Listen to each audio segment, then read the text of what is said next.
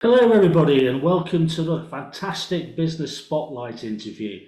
Today we've got Matt from EAL Engine Services. Sounds rather interesting. So, Matt, tell us all about your business. Yeah. So hi Tim. So the business is engines, but not car engines. It's aircraft engines. So we specialize in buying and selling of engine assets, whole engine assets, component parts. We also set up engine shops around the world to tear down engines, repair component parts, and anything in between that we can think that there's a possibility of doing something with in that kind of window, then that's what we do. So, just go into a little bit more detail. So, I've got a big engine. It's now kind of not needed on its original aircraft. So, what's the process behind it? I mean, how do you go about doing that? So, I mean, there's many different ways you can look at doing things with them. So it could be that this engine has got to what we call its end of life, because each engine has cycle limited parts. So a cycle being a takeoff and a landing. And within the core of the engine, there are what are called LLPs. So they have a certain amount of cycles that they can do in their life. Depending on how the engine's been flown, it may be that they're all at the end of the life limit. It may be that some of the end of the life limit. So you could look to take that engine and put it into a shop, and get the expired ones taken out, put new ones in, get the engine overhauled, performance restored, get it back out on wing and flying, which currently that's what everybody's doing. Um, or you can say this has got to the end of its life. There's too much cost to put back into it. We're going to do what's called a tear down, where we send it to a shop, we tear it into all its multiple piece parts, and then we'll overhaul the component piece parts and feed that back into the industry so that other engines can be uh, repaired in shop. So yeah, and then if there's things that are scrap, you can either weigh it in and get your scrap money, or there's guys out there who make furniture out of it and sell that back into the market. So yeah, there's quite a few things that you can do. So it's never a dull day. Oh, a fantastic share. I don't think anybody's ever thought of that. So, in terms of your, obviously you do everything because it's your business. But so, how did you get into it? Um, I mean, I left school 16, straight into factory work, and got a position at Chromalloy Rolls-Royce joint venture called TRT in Summercoats up near Alfreton. And just kind of been in it since then, just progressed to different companies. And then got to a point in, I think, 2023, back end of 2023, where I kind of said, look, let me give it a whirl and try it myself. Because if I don't, I'll kick myself. If it fails, then at least I gave it a go. And like your sign says behind you, Tim, the biggest risk you can take is to do nothing. Absolutely right. But you've got the backing of your family, haven't you? I have, and I'm very lucky. I mean, my wife Nadine, she also works for the company as well.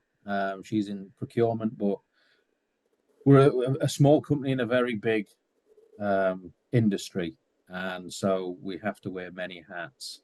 So although she's procurement, she is also doing sales, administration, sorting logistics, and all of that good stuff. So yeah, the plan is we want to expand the company, get some more people on board. But for me, it's getting the right people on board, and making sure we can take the business to where we want to take it. I mean, everybody says they want to grow the business and make a lot of money, but there's different ways you can do that. You can do that in a way that you enjoy doing what you do, or Yeah. you can just focus on money and say, right, we're going to do whatever it takes to just churn dollars out the door. And I apologize for using dollars, but that's the currency of aviation. Um, and it can be quite a miserable existence if I'm honest. You can work for a lot of companies that make millions and millions of dollars every year, and it's just not rewarding. Yeah. So that was one of there were a few reasons why I decided to do my own thing, and so far it's paying off. Brilliant. So what's the biggest learning that's been on the way?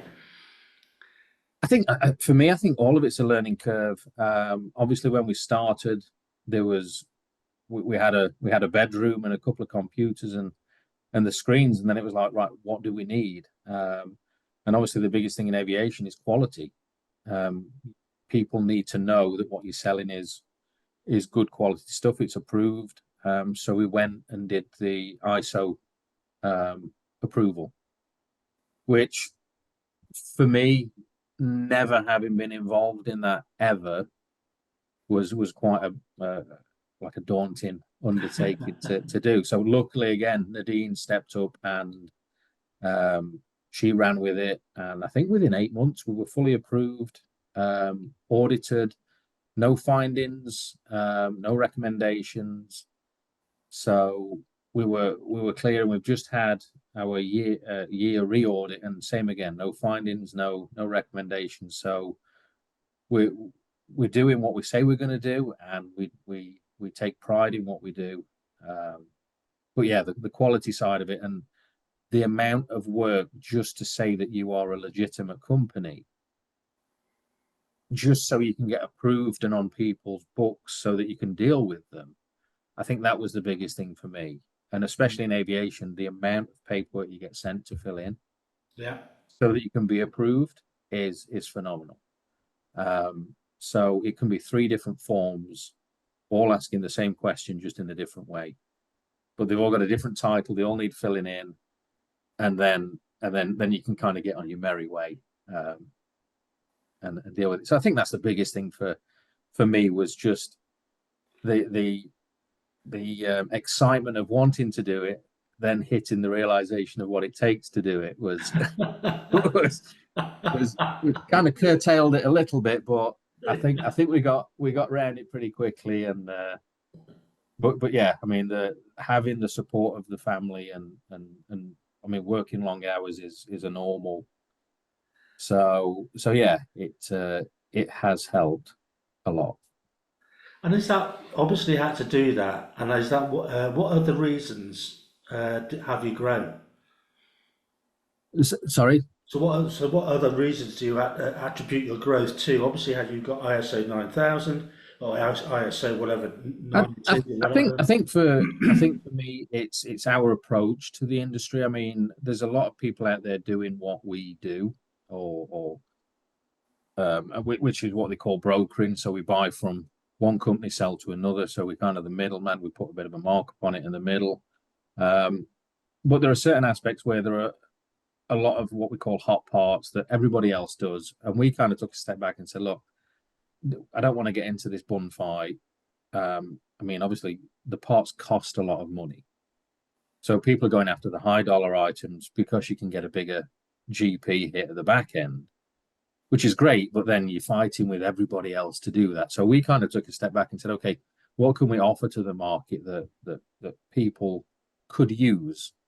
So we looked at the consultancy side. We looked at obviously helping people set engine shops up, engine tooling, cleaning lines for components. And this was talking to UK-based companies, um, and seeing how we could use their skills so that when we sit in front of a customer, we can offer a full package. We're not just there to talk about parts.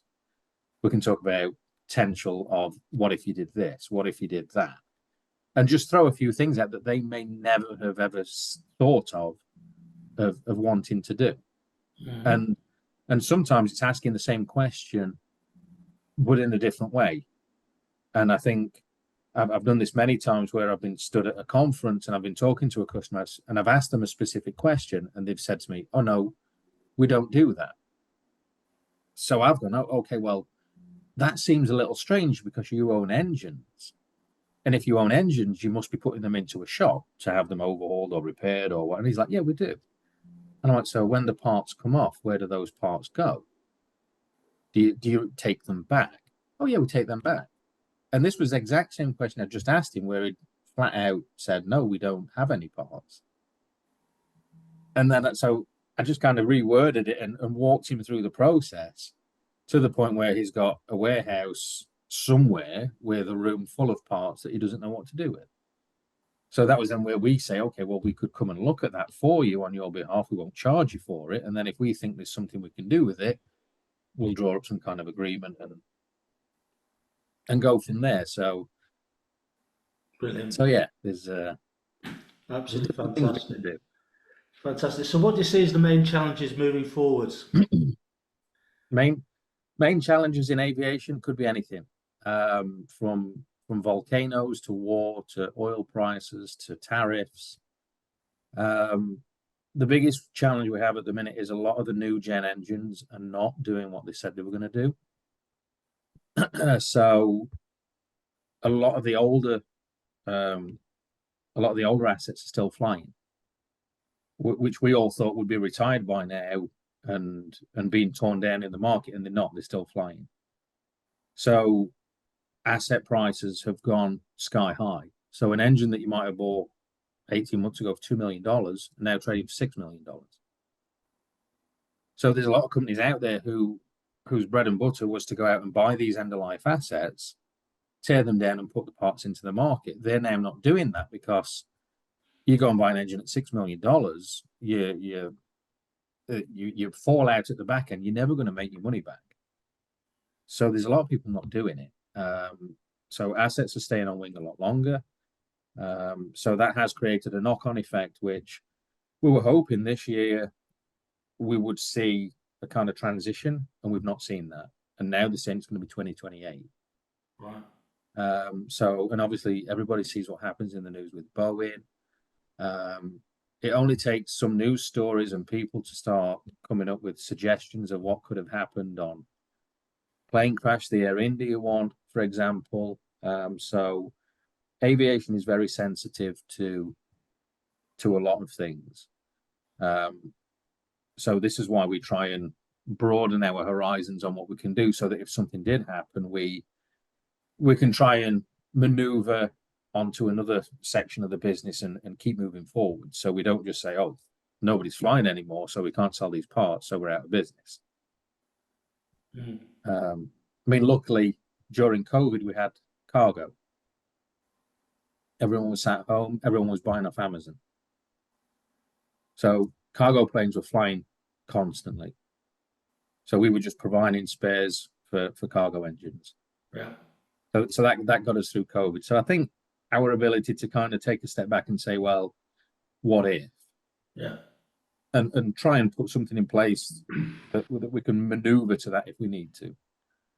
Yeah. But it can be some days a very you wake up and something's happened and you're just like, okay, what kind of ripple effect will that have through the industry? Hopefully none, but who knows? Who knows, mate? Brilliant. Now you've got a young family. Yes. How do you balance your personal life with running a business?